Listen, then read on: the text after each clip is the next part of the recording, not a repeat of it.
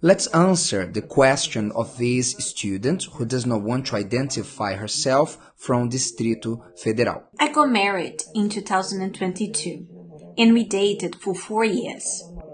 As we were living separate, we didn't know the habits that each one of us had.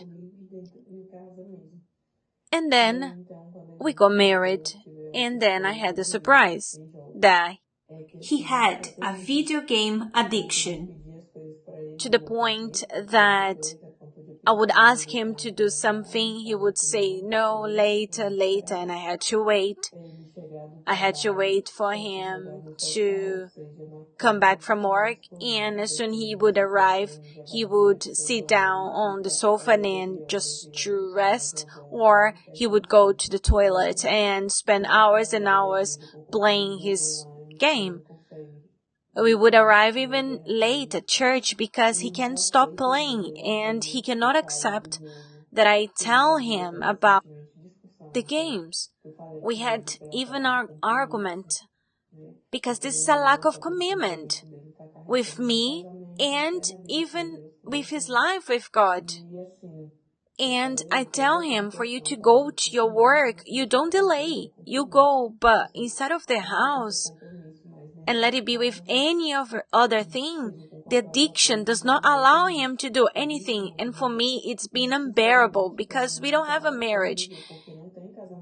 And then he looks for me at night as if I should just be available at any time. Let's go. You were dating for 4 years and never noticed this? Honestly, when I say that people don't know what dating is anymore, it's for reasons like that. How can someone date somebody else for 4 years and not to identify this serious mistake with the behavior of her boyfriend? Do you know why this happens? As I said, people no longer know how to date. They approach dating as a fun moment, an opportunity to go to a restaurant, to the cinema, to enjoy a good time together, instead of doing what dating is for, what a dating time should be for. Dating is an expedition. It's a search. It's a journey to explore who the other person is and to allow yourself to be explored by the other in the sense of personality, objectives, observing the behavior, to get to know their family. From what tree did this fruit come from? Are you understanding? It's time for you to do all this homework of expedition. If you take more than 1 year and a half to decide, 1 year is good enough, but let's say 1 year and a half. If you take longer than that to decide, to find out if that person is to be married with or not, you're not knowing how to date. You don't know how to date. And because of this, people as our student, they spend years dating, so to speak. They explore what they shouldn't be exploring, which is the body of each other. This is the easiest part to understand. But they put this ahead of time. They take long with dating and explore the body of each other, what they shouldn't be exploring, and what they should be doing, they don't go deep with it. And there are surprises like this before marriage or after marriage. So you who are dating, pay close attention. Dating is not for you to go out to a nice restaurant, to a nice party, a trip together, to be kissing, hugging each other, because this, later, it will work, don't worry.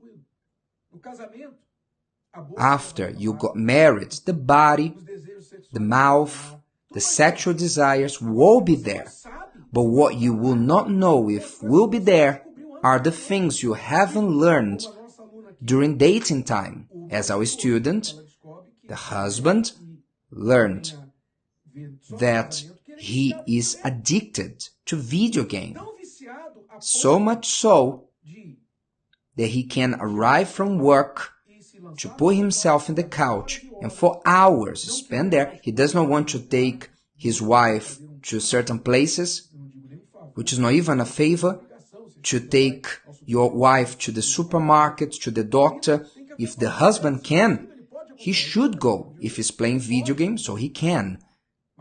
So he does not do that. He arrives late for church and gets upset when she says something. But here's the problem, students. What is the mistake you are committing here? The mistake is to only make drama. Now, it's too late, you already got married, but now you are committing another mistake, which is only to make drama. A strong woman, women speak so much about being empowered nowadays. So many empowered women, they allow this type of behavior in their marriage. Women speak so much about being strong, and they don't know how to set boundaries to their husbands.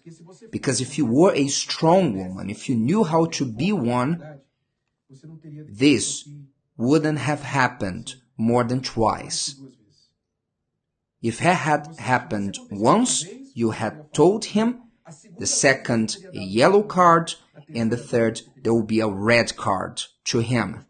In other words, you would say, whether you live or you change, whether you change or I move out, whether the video game or I won't accept this. The problem is that you only make drama, you talk, he makes a few threats, and you are afraid of losing. This is a great problem. People are afraid of losing, and in this fear, they accept, they lower their standards, and they allow everything from their partner. This is a serious mistake. A strong person in a relationship knows what is right, knows how to set boundaries, and know how to say it's enough. It's enough. This is the last time I'm talking to you, and if you insist with this mistake, you won't find me in the house anymore. If he goes to the video game, so he will find the house empty. And if he wants to reconcile, so he will have to have a serious conversation with you, and he will have to say what he must change before reconcile with you. First, he changes, and then you come back, for you to be strong. But unfortunately, people don't know how to do that. But men and women in the love therapy are learning to do that.